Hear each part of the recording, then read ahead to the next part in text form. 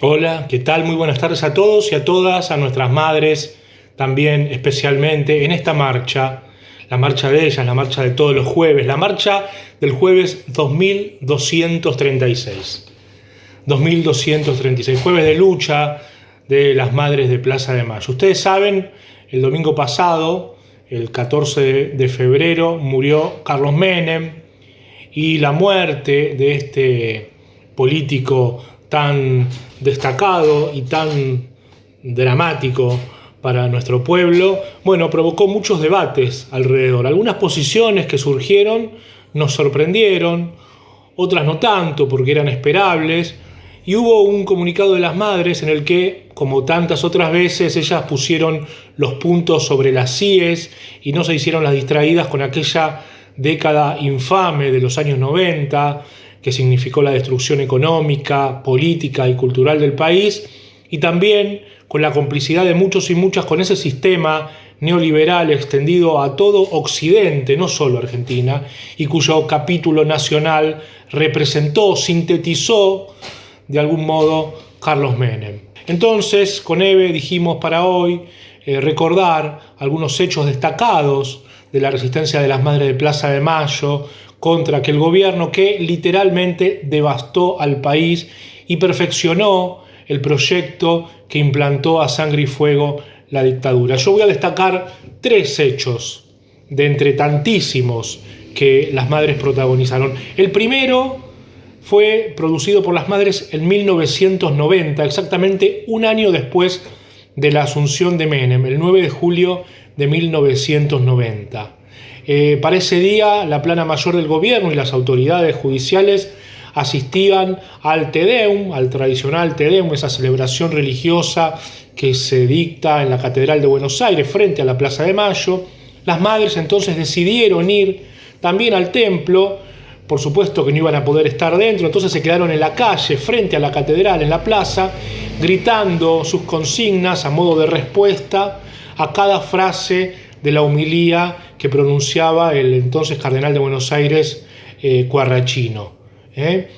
Fue aquel día que está registrado en videos, fue aquel día que Eve gritaba con todas sus fuerzas en la cara de la policía que hacía un cordón para que las madres no se acerquen a los funcionarios. Decía Eve, por más que nos tapen estamos, por más que nos pongan 1000 milicos adelante estamos, por más que no les guste estamos, por más que nos quieran matar estamos. Y si nos matan, decía Eve, seguiremos estando. Este hecho es muy importante. ¿Por qué? Porque marca el temprano rechazo de las madres a Menem. Recordemos, 1990, justo hacía un año que había asumido, ya se había producido el primer indulto, faltaba el segundo, pero toda la política económica de Menem no se había desarrollado con toda su potencia tan dramática para nuestro pueblo, pero las madres ya estaban en la calle repudiándola, ¿no? El segundo hecho que quiero destacar, que quiero recordar, se produjo el 9 de julio, pero del año 1995, ¿no? 5 años después. Ese día Menem asumía su segunda presidencia ante la Asamblea Legislativa. Ese día la plaza del Congreso, donde reasumía el mandato, estaba vacía absolutamente, no había ninguna columna, ni de la CGT, que estaba absolutamente entregada al gobierno, ni de la UCD, que era un partido de derecha, nominalmente llamado de centro y con aires liberales. Lo cierto es que se había convertido rápidamente al peronismo porque el peronismo llevaba adelante los planes económicos que ese partido venía sosteniendo desde hacía décadas. Bueno, tampoco había gente de la UCD siquiera para celebrar la reasunción de Menem, excepto las madres. Las madres de Plaza de Mayo, que estaban paraditas en la cima del monumento frente al Congreso. En esa época todavía no había rejas en las plazas, donde desplegaron una larga bandera sostenida en 3 palos de caña que decía: el gobierno paga la deuda externa con vidas. Otro éxito de las madres, de esto tan característico en ellas, de hacer las cosas en forma intempestiva, sorpresiva, sin avisar a nadie, en total sigilo. Y el tercer hecho que quiero recordar se produjo unos meses después, el 20 de febrero de 1996, en La Plata. Ese día los estudiantes de la Universidad Nacional de La Plata tenían previsto movilizarse para impedir que sesionara la Asamblea Legislativa, la Asamblea Universitaria, que estaba hegemonizada por radicales y menemistas y que tenía por finalidad esa asamblea adaptar los estatutos de la universidad a la Ley de Educación Superior, que había sido votada en el Congreso 6 meses antes por pedido del Fondo Monetario Internacional, con mucha represión. El movimiento estudiantil en toda el segundo mandato de Menem estuvo muy movilizado finalmente. Lo cierto es que aquel día, el 20 de febrero del año 96, el gobierno de Duhalde, que estaba aliado de Menem, todavía cometió una salvaje represión a los estudiantes, realizó detenciones selectivas, como en la dictadura, llevadas adelante por autos de civil que circulaban por la ciudad de La Plata sin patente y que iba deteniendo a la salida de sus domicilios a cada uno de los estudiantes más comprometidos con la protesta, los dirigentes, los que estaban claramente identificados y cumplían un rol importante en la manifestación que se iba a desarrollar unas horas después, lo cual también demostraba que había una inteligencia previa por parte del gobierno para proceder a esta represión. Igual que en la dictadura, lo cierto es que a la mañana de ese día, y sin que todavía haya comenzado la manifestación, ya había más de 100 detenidos en las comisarías de La Plata, que en algunos casos no se sabía ni siquiera dónde estaban. Lo cierto es que cuando las madres se enteran de lo que estaba pasando, Eve, sin esperar que se lo pidan, se va a la comisaría a exigir la libertad de los detenidos, también como en la dictadura, y la policía le responde a los palazos, uno de los cuales da en la cabeza de Eve y mancha de sangre el pañuelo blanco. Una imagen que recorrió el mundo, que provocó un escándalo internacional y que hizo conocido al gobierno de Menem por sus desbordes represivos. Nos pareció con Eve que es un ejercicio necesario recordar esa década de los años 90, porque sus consecuencias llegan hasta hoy, pero también porque debemos recordar las luchas que se hicieron para resistir. Hola, yo soy María Paula García, soy profesora en una escuela de la Ciudad de Buenos Aires, en la zona sur de la Ciudad de Buenos Aires, la EMEM 3 del 19. Soy profesora de biología y si tuviera que resumir cuál es la situación de las escuelas en este momento, hoy 17 de febrero, diría de un poco de incertidumbre y un poco de malestar. En primer lugar, porque partiendo de que el conjunto de la comunidad educativa de nuestras escuelas está posicionado claramente porque nuestros estudiantes este año tengan presencialidad, que puedan volver a nuestras escuelas para ejercer su derecho a la educación, pero además para intentar reparar lo que fue el año pasado. Nosotros estamos en una zona de la ciudad que fue una de las zonas más castigadas. Nuestros estudiantes no solo no han tenido dispositivos y conectividad, sino que además han estado en condiciones de infraestructura barrial, territorial, realmente muy comprometida, sin agua, hacinados. Por lo tanto, conscientes de cuál es el rol de la escuela, sabemos que las docentes y los docentes tenemos que estar acá para garantizar su derecho a la educación. La discusión es cómo. Garantizar el derecho a la educación no puede ser un llamado a posicionémonos a favor de la apertura de las escuelas.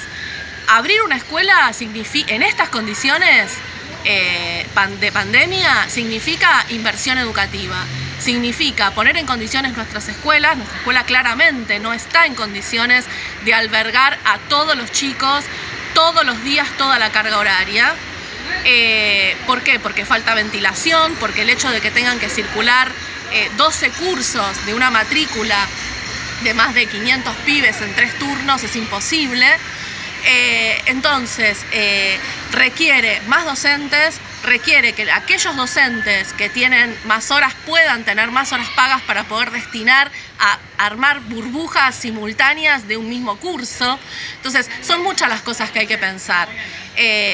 Creemos que el rol tanto del gobierno nacional como del gobierno de la ciudad tiene que ser garantizar esa presencialidad segura, que repito, no se da simplemente abriendo una escuela, sino garantizando en primer lugar las condiciones laborales de los docentes, las condiciones sanitarias y de infraestructura de nuestros estudiantes, y necesitamos recursos, porque sabemos que este año también va a ser un año de educación mixta, va a ser un año donde nuestros estudiantes van a tener necesariamente que alternar la presencialidad con trabajo a distancia, y para eso necesitamos dispositivos, necesitamos conectividad, necesitamos que efectivamente políticas públicas que puedan sostener lo que hoy se necesita para abrir una escuela.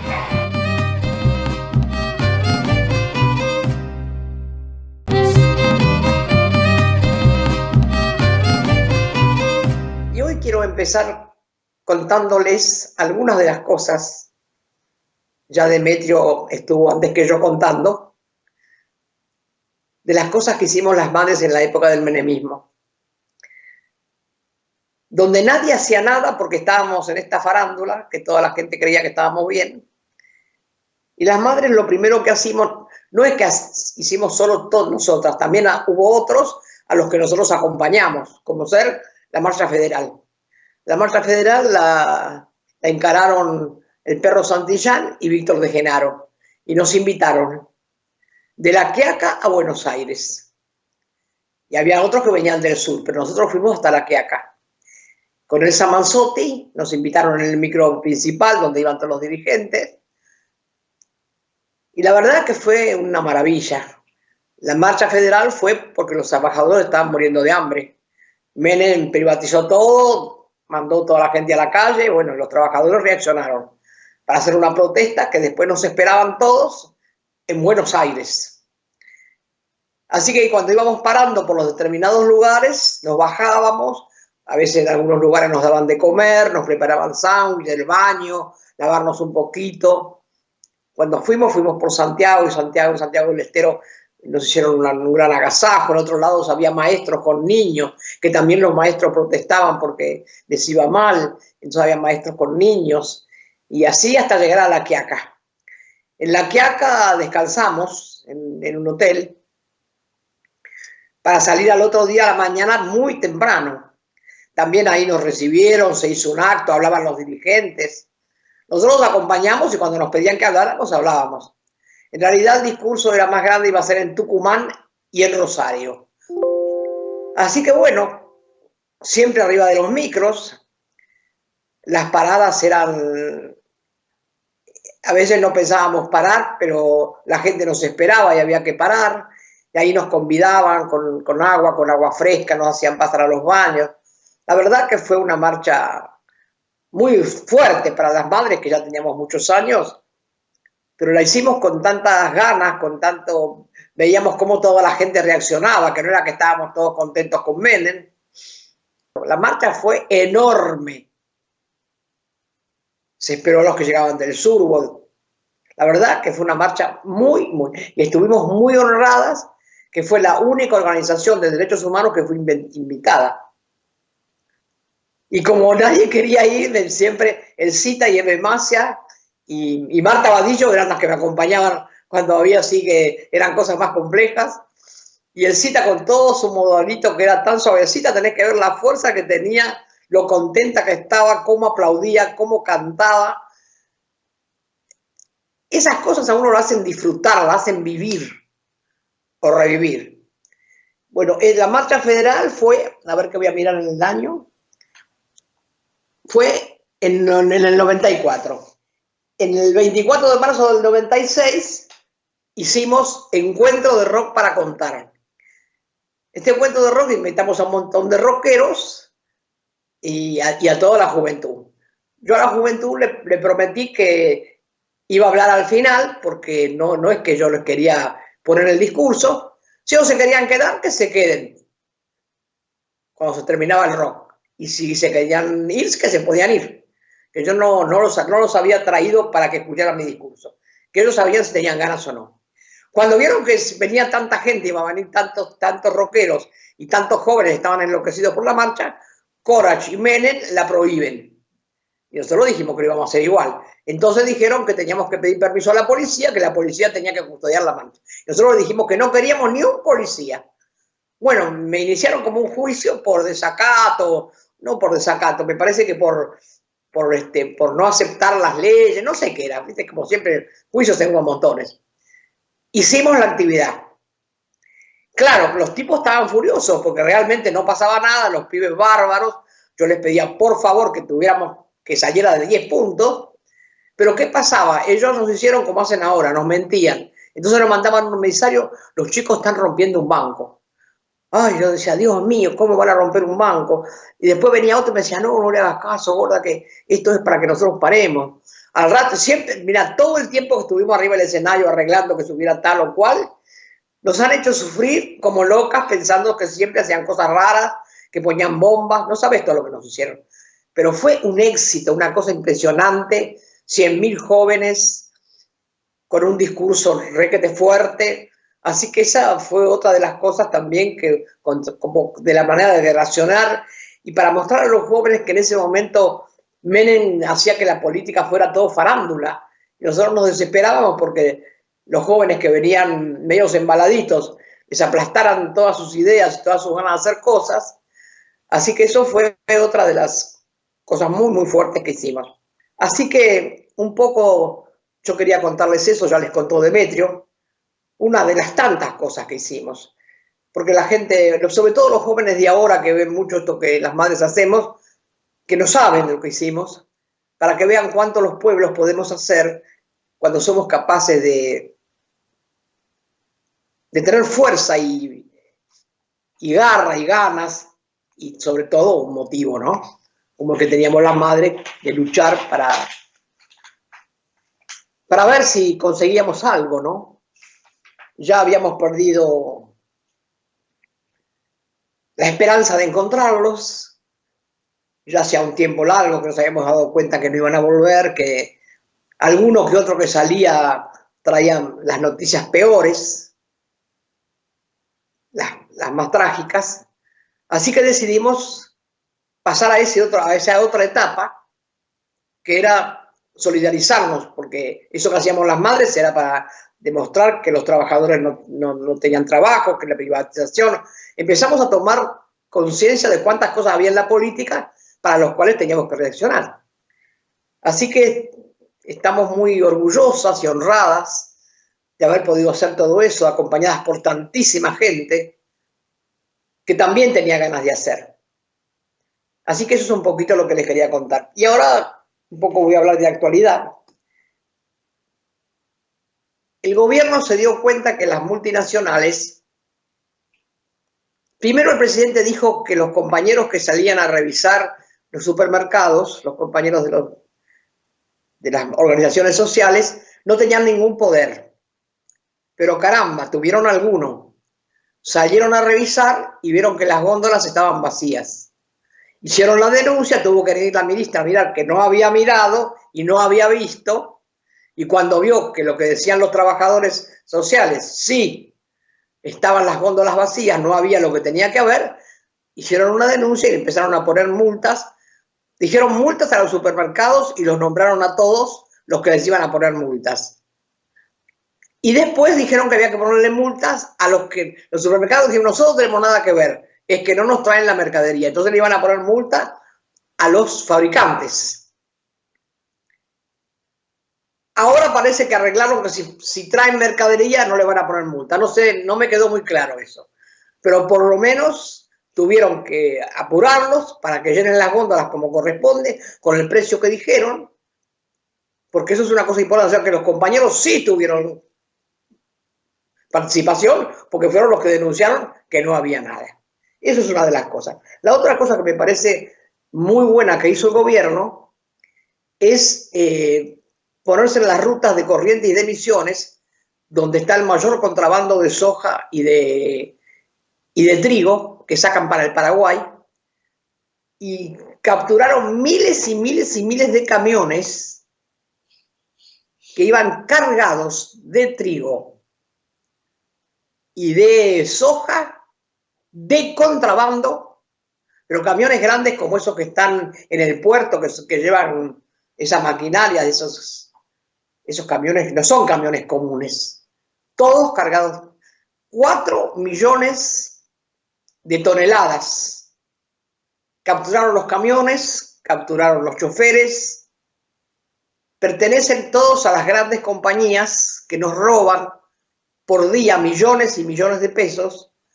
Los están capturando porque es contrabando.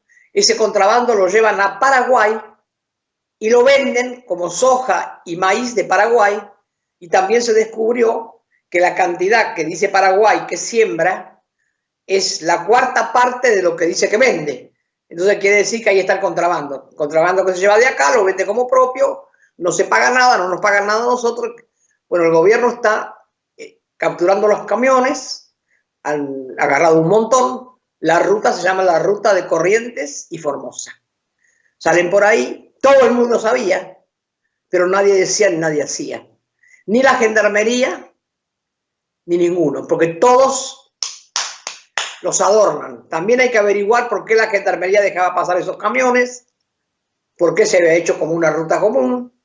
Pero bueno, empezamos por algo. Muy bien, sacarle los camiones. ¿Qué van a hacer con esa mercadería? Rápidamente tendría que entrar en las góndolas de los supermercados para que la gente pueda comer soja y pueda comer maíz, que no hay en los supermercados.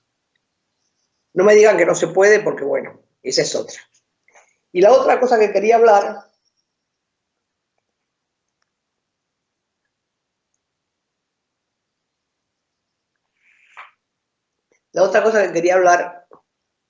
es el tema de las mujeres que matan. No importa que el presidente reciba a la mamá, al papá, al que sea, que vaya la ministra, que vayan todos. No es eso lo que se busca. Porque eso es como un paliativo. Me estoy muriendo de un cáncer, pero me dan una cafeaspirina. Acá se habla de una mujer asesinada por día o más. Y el presidente recibió a la mamá de esta joven que mataron ahora. Pero hubo dos jóvenes que mataron en Santiago del Estero o en el Chaco, no sé en qué provincia de las dos, de las que no se habló. Pero también son nuestras compañeras, que murieron en manos de los ex compañeros y que las mataron delante de sus hijos. De ahí nadie las recibió, ni nadie las llamó, ni no sé. Entonces, esos son paliativos. Acá hay que poner leyes rígidas y no solo son responsables los asesinos, que hay un 30% que son policías, sino que son responsables también los que no escuchan. Porque esa compañera hizo 18 llamados y nadie la escuchó. Todos esos teléfonos que están abiertos, que dicen llame acá, llame acá, llame allá, ella llamó, pero nadie la escuchó. Quiere decir que también hay responsables. El silencio no es salud. El silencio es complicidad. Entonces hay que hacer leyes muy duras que se cumplan, porque bueno, esa es la otra. Y el que no la cumpla también que tenga que pagar por no cumplir la ley, porque si no estamos en la misma. Inventamos cosas, hacemos comisiones, otra comisión y otra comisión y otra comisión, y ponemos teléfonos y le pagamos a la que atiende el teléfono, y la que atiende el teléfono tampoco escucha. Y siguen matando, sobre todo chicas jóvenes. Ahora desapareció una nena de 14 años, y está desaparecida la mujer de Córdoba, que está detenido el marido porque ella también había hecho denuncias de que el marido la golpeaba. Y tampoco es solución de que le pongan una pulserita y digan 500 metros, porque ellos vienen y no les importa. Los 500 metros son un chiste también. A esos tipos hay que ponerlos presos de entrada. La primera denuncia que la mujer denuncia que le pega, prisión, basta. Basta de dar vueltas, si culpable, si no es culpable, si la mujer se portó bien o mal, como le dicen en la policía. Vas a saber qué hiciste vos que venís a denunciar. Mirá lo que le dice la policía cuando las mujeres van a denunciar que el marido le pegó. Porque no son iguales, son golpeadores. Y también deben cagar a palos a las mujeres. Por eso no les atienden las primeras veces que van, no las atienden. Entonces, tienen que ser leyes más duras, más rígidas y sin ningún perdón. Nada de que pongan un buen abogado, que burlando, que tal, cual. No, no. Porque esos cobran un montón de plata y lo único que hacen es hacer fama para ellos. No tenemos que poner abogados que nos defiendan porque el delito no es nuestro. Tenemos que empezar porque la gente es muy pobre y no puede poner abogados. Es el Estado que se tiene que hacer cargo cuando matan a las mujeres, pero antes que las mate, porque después que las maten a mí, ¿qué? Y están matando un montón. Las que se notan y se saben, porque los padres están en la capital, y Dios atiende en capital, y las del norte. ¿Y cuánta piba que queda embarazada porque el padre le pega y le dice no digas nada o no hables, o el abuelo o el tío las violan toda la vida y también están amenazadas? Y también, eso también es femicidio. Porque estuvimos escuchando y me mandaron unos datos, la cantidad en Santiago del Estero y del Chaco de niñas que tienen hijos, desde 11 años a 13 años. Eso también es femicidio. Así que bueno, eso les quería decir. Estoy preocupada, como siempre. Trato de preocuparme de todo lo que puedo. Estoy preocupada por lo que pasa en Ecuador, muy preocupada. Ojalá nos vaya bien. No soportan los yanquis que tengamos tantos triunfos. Nos quieren amargar. Tal vez no van a poder. Hasta el jueves que viene.